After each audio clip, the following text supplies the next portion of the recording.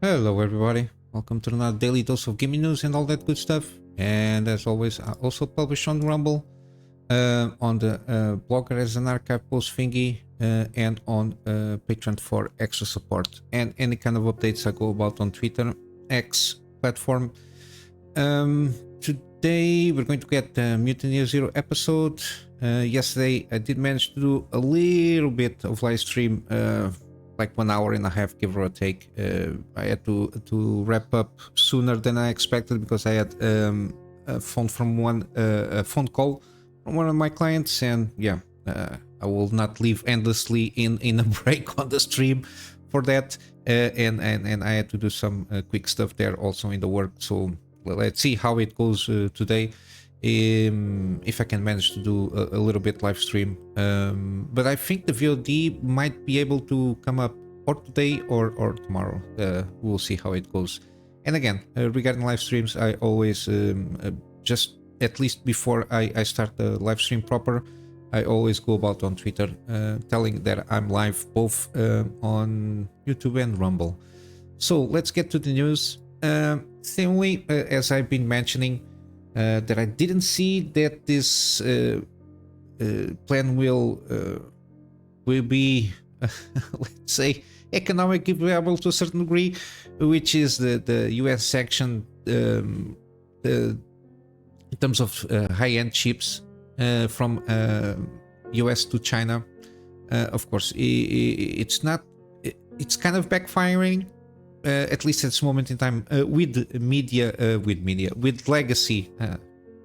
I put myself in the brain, legacy media, but no, legacy chips, which of course are not part of this ban, which is 28 nanometers or older technology there. And basically, China's output on that grew 40% just in this first quarter of this year. Yeah, it's a huge, massive surge in production.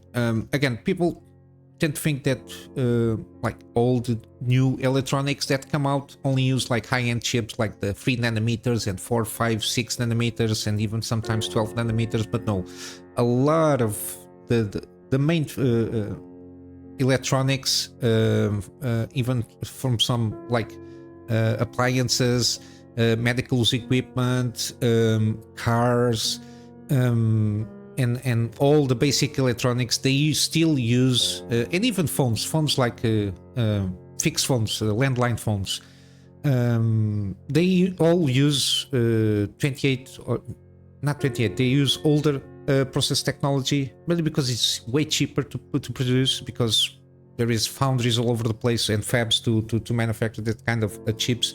And there is no need for the purpose that they have to go about and having high-end technology for them to make what they need to make.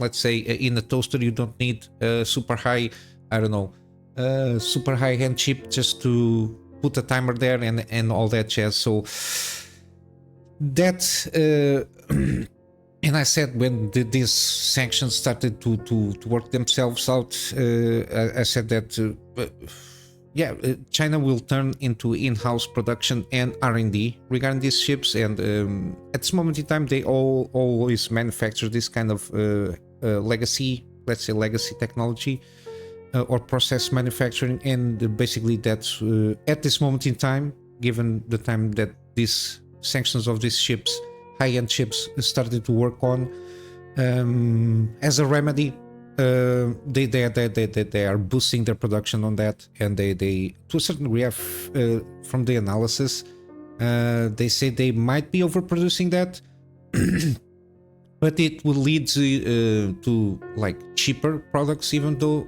more, and it will be more competitive on the overall market. I think at this moment in time they are around almost 40% of the global market share. Almost, I think, 41%, and they are estimate in around 3 years maximum to be 40% of the market in terms of production of this kind of older chips, which is incredible by itself, the way they have to go about that. But yeah, this will continue to pressure this kind of bans on countries that are affected by this this ban, especially China. I think also Russia, some Middle Eastern countries. You just, especially on China, because they have a huge production base there. Russia, I think, also has some in-house stuff there that works along in terms of trying to, at least at this moment in time, figure out their high-end chips manufacturing process there. Yeah, the only thing that you are doing is make them independent of your own high-end chips, and because they will be always dependent of your own progress and the fact that you American companies already had that infrastructure in place, so they rely on importing chips on that, and the fact that China market is a huge market in terms of imports, especially in this kind of thing. You're just going to make them independent and not and start building their own stuff in-house, and not even start to import, or not even care if the other chips are a little bit better, because if they can manage to do everything in-house, it will be cheaper for them, and they will have opportunities to start growing and take over the market, which is something that, again, these people that do these kind of things don't, instead of trying to get around and get some compromises in whatever they need to do, they just start banning, start putting sanctions all over the place. In the short term, again, this is only plans for short term. These people don't think medium and long term.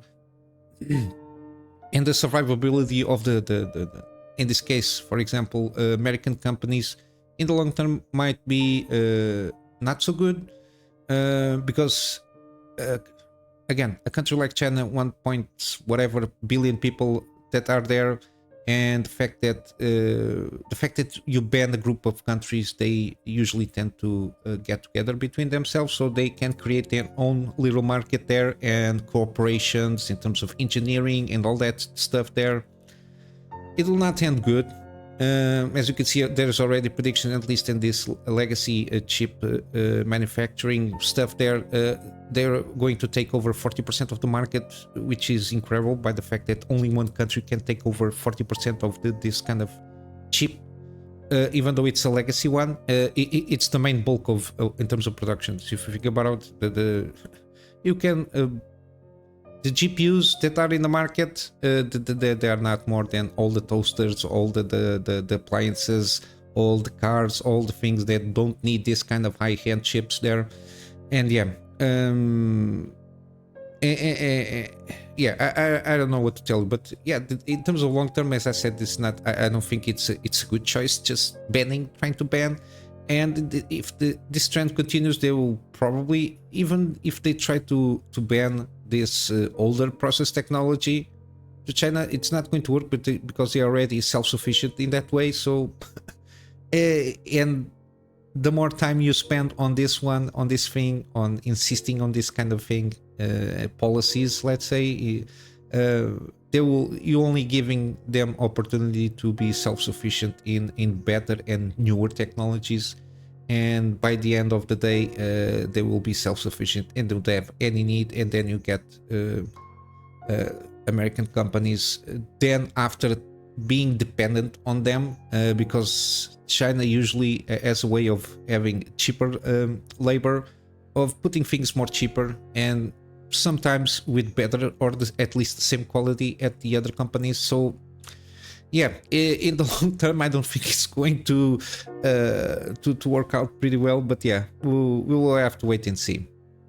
Regarding not industry, but now gaming stuff, similarly, Japanese developers are not good at adapting technology from overseas. At least that's one of the thoughts of Yoko Taro, from the Nier series creator there.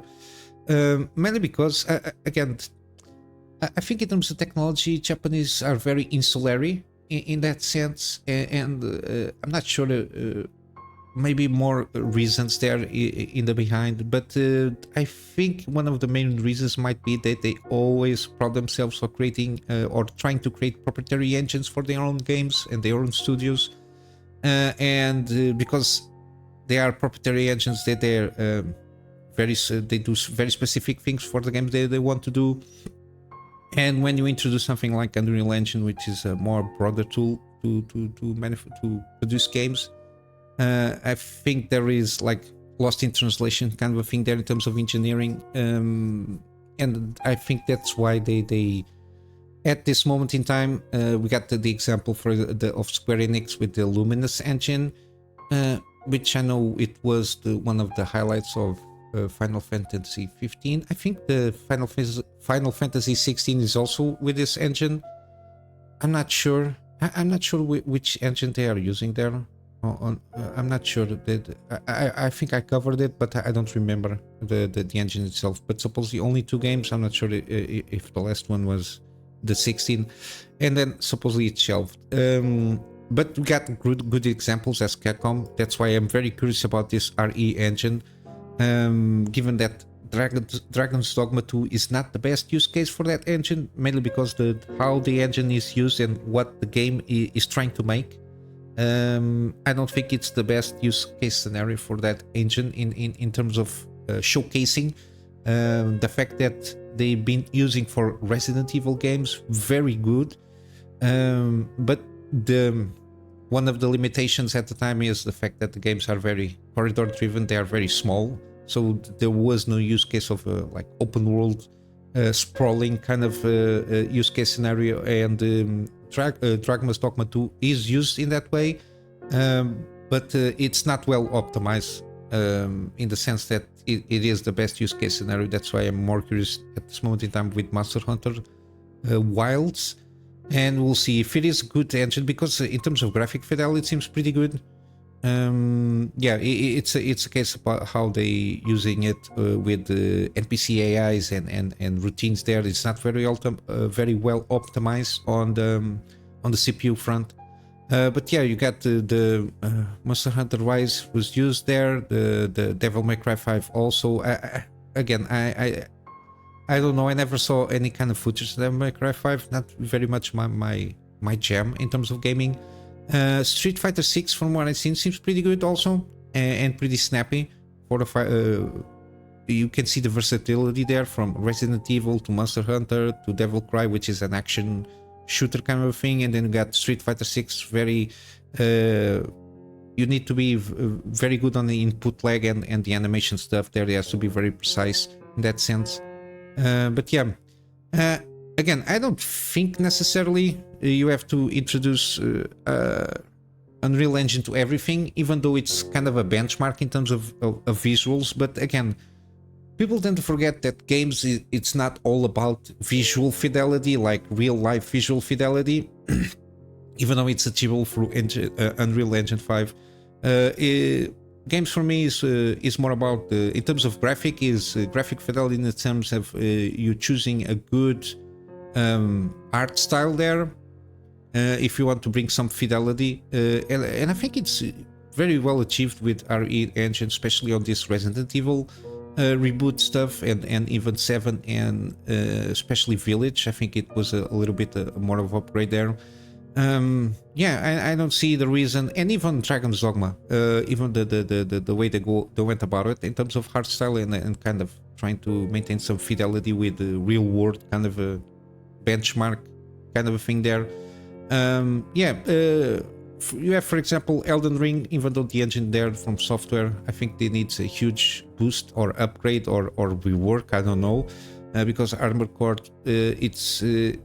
Elden Ring was already on the limits by the fact that it was an open world with very low instances of needed to be loading screens. Usually the loading screen is when you fast travel or when you get summoned to another world or something like that, because I think yeah, otherwise it's basically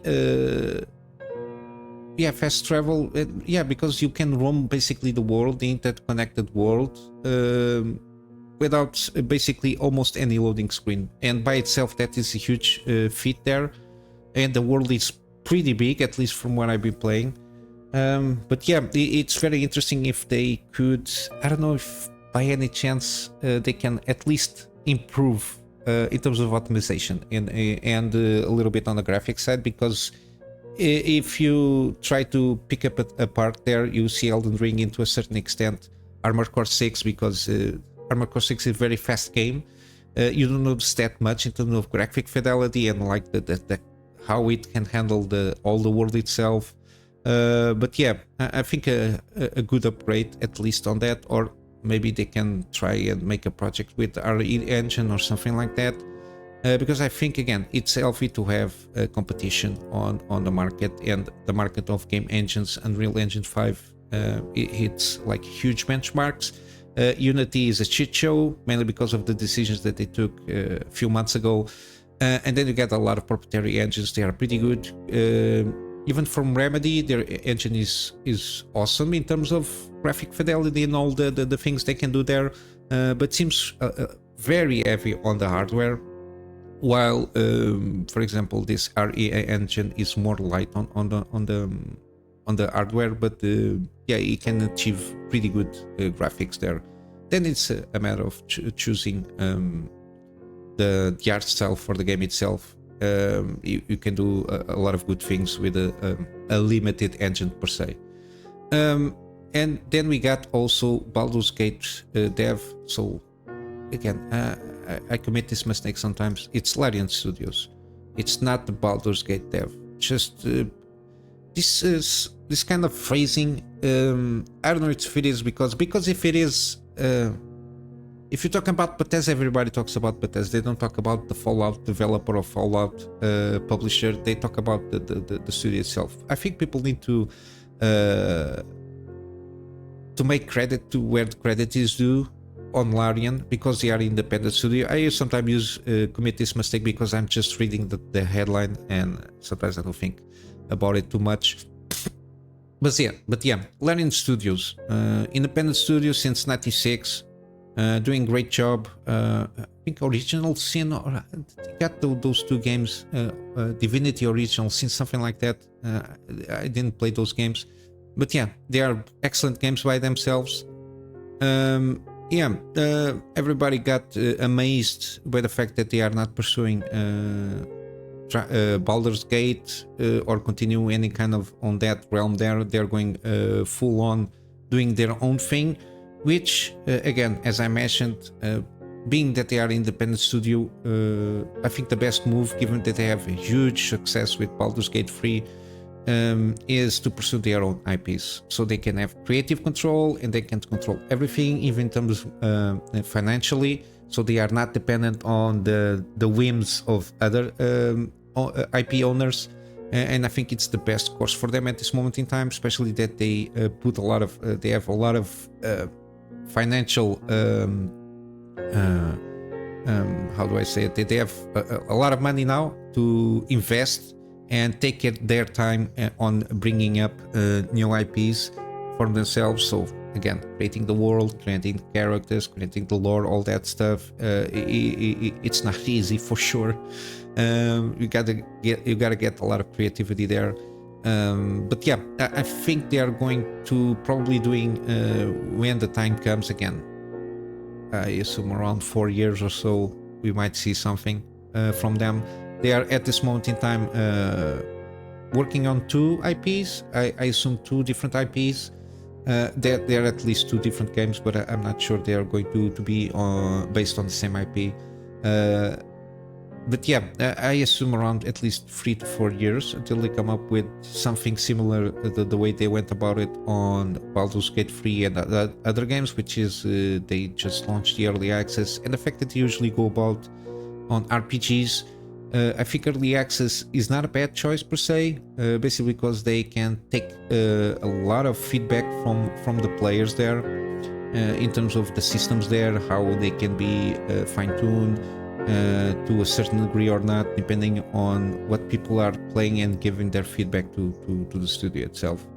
But yeah, it's interesting, and I'm really happy that they did manage and got a case of a very huge success case on having an independent studio that self-publishes, picking on it's a regional IP that is not for them. So an IP that and put it in all the awards there. They won everything that was considered important in terms of awards, from GOTY to best game, best RPG, best CRPG, everything. And now they're doing their own thing independently, without the need of having other investors come out and try to absorb them into a big conglomerate and dilute their creativity and the way they go about games. I think it's always good to have these kind of things, and hopefully I wish them the best, really. Even though I might not even play Baldur's Gate 3, I don't care. I like to see success on these kind of things, because it creates at least a benchmark for other people to aim for, which is always good. And continue with that theme, they also announced the update 7. It's going to add mod tools, dark endings, likely Mark's final story content. Probably, again, there's not going to be any DLC. They already announced that, or any kind of shenanigans there. What they are working is to add improved evil endings to the game for even darker conclusions to the most sinister playthroughs. It's also going to fix several bugs that people have been reported, and in the next patch they're going to introduce official modding tools, again, to change visuals, animation, sound, stats, and more to overall Baldur's Gate 3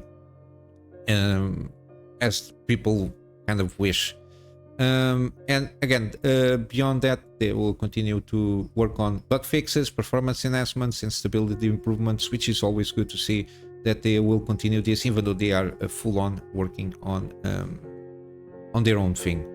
And we got also yesterday a couple of things at least that caught my attention. We got the announcement of Kingdom Come Deliverance 2.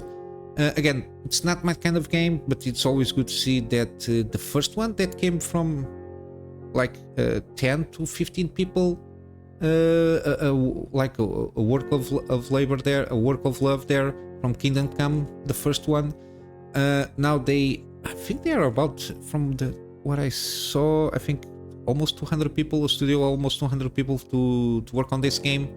Yeah, it seems impressive, but it's not usually the type of game that I like to play, which is very simulated medieval kind of a thing there, but it looks pretty good, what they're trying to achieve there. And again, a lot of people were waiting for the announcement of this game.